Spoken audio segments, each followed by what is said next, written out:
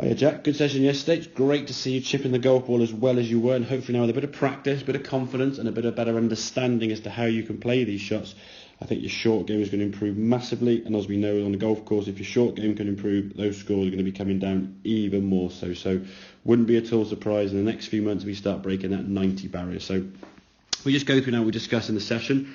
I think the issue was initially, I think going back probably before the lessons first started, you said you'd put the ball back in your stance, you'd swing the club quite steep and just stab the ball in the ground. You kind of knew it would make contact with the ground, but in reality you knew it wasn't a great way to chip the golf ball. It would work on occasions if the ground was a bit soft. The club would just stick in the ground, the ball might end up somewhere around here. And if you're going to try and miss the ground because you're coming down so steep, the ball would just shoot across the side. And I think the biggest fear you had was that your wrists would flick. Now, a lot of times people get fearful of the wrists flicking in the golf swing. As a result of that, they get quite stiff, they get quite rigid in the actual swing. What we're trying to do really now, as long as this triangle here that your arms are creating with the shoulders just keeps moving, which will be a lot easier to do when you're loose and relaxed, your wrist can kind of do what they want. Now, we did a few shots towards the end, as you'll see on this right-hand video, where you're really extreme flicking it, but because the arms keep going, you just slip that club underneath the golf ball and the ball goes up really, really high.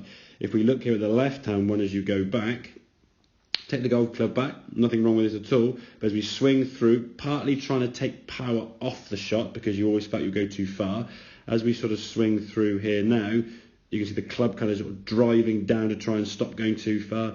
It just looks, in terms of the movement, quite a rigid kind of almost stopping the club, as if there's like a brick wall here somewhere that your golf club can't swing past, and trying to really jab and jerk into that golf ball. Now, as we can see with that contact, that ball's whizzing across the green now at a fair rate of knots. I mean, the ball's it's kind of landed just past that ball we can see on the screen, and it's just shooting across the ground. And that, I believe you were playing that with kind of like a wedge or a 9-iron there. So if we can loosen off the grip, let the arms just kind of keep moving, you'll be able to swing that golf club much more effectively. Watch this swing here now. You can see how much wrist action you have on that there. Now that ball just gets flipped up in the air, nice and relaxed. As long as the arms keep moving, and if we watch this swing now, great strike of the golf ball, okay? As the club comes back, you come back to kind of a level or neutral position, shaft in the sort of same position with that triangle as you were, and then from there we just keep turning the chest and arms and torso through. You can do kind of whatever the wrists want to do. Don't try and resist them. What we will find, if we set up to the golf ball like so on the left-hand side here now, so that distance from your left shoulder to the club head, which is obviously resting behind the golf ball, if we just say for ease of numbers it's, I don't know, 1.5 meters from the golf ball, if I was to put a line in now that added up to 1.5 meters but went like this, it wouldn't reach the golf ball. And that often happens when you sort of drive your hands forward, trying to keep the hands in front, stopping the flick.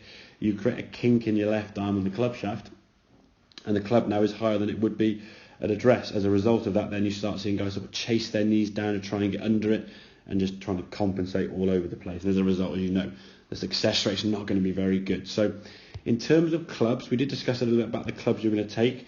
Look at the different lofts in your bag. If you've got a lot of green to work with, you can take 7/8 and stuff, 6-irons even, get that ball rolling across the green. As a rough guide, I'm just going to draw this on here now, a 7-iron would be roughly 25% in the air, 75% roll.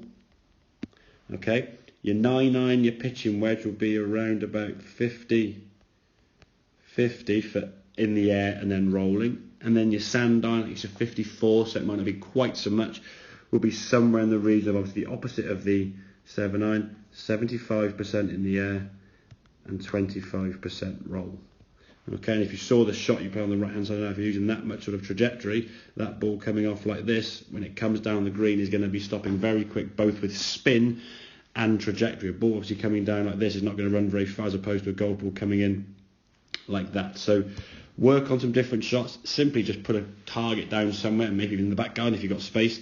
Just chip a few shots with 9-irons and sand irons and 7-irons. So just try and land them on a towel or some target that's fairly big. I'd say sort of 3 or 4 feet wide, and you're going to be sort of, I don't know, 8, 10, 15 feet away from that to try and land it on that. It doesn't have to land exactly on that, but you'll start seeing how different trajectories are going to react differently to different shots all end up in the same position, but they're landing at different marks along the green. So work on different club techniques. As we said, sometimes there'll be situations where you can't go for the flag. We sort of put you in a position on the 18th there over the bunker.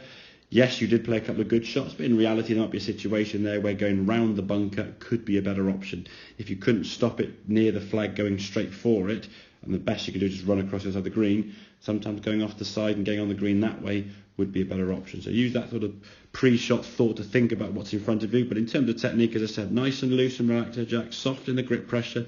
As long as these keep moving and this keeps twisting, don't worry about your wrist. Your wrist can just do kind of what they want. And with a bit of practice and confidence, you can start getting a bit overconfident, so just start flipping the club underneath as you're doing there with these practice shots and see the ball go nice and high and change all these different things and sort of start controlling that club face, hitting some good shots. So work on that stuff there. Any questions, obviously give me a shout and I'll catch up with you soon. Cheers, mate.